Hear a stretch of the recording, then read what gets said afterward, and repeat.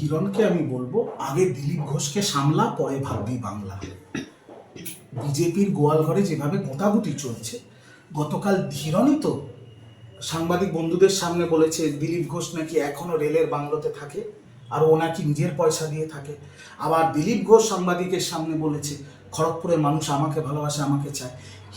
হিরণ আগে ভাবুক ও টিকিট পাবে তো, তারপর আমি ঘাটাল মাস্টার প্ল্যান নিয়ে কথা হবে। ঘাটাল মাস্টার প্ল্যান আমার জন্মের আগের থেকে আমি শুনছি হবে। সরকার কেন্দ্রে 2-3 বার বদল হয়ে গেছে, তাও হয়নি। ঠিক যেভাবে 100 দিনের কাজের টাকা কেন্দ্র সরকার দেয়নি, বাংলার মুখ্যমন্ত্রী দিয়েছে।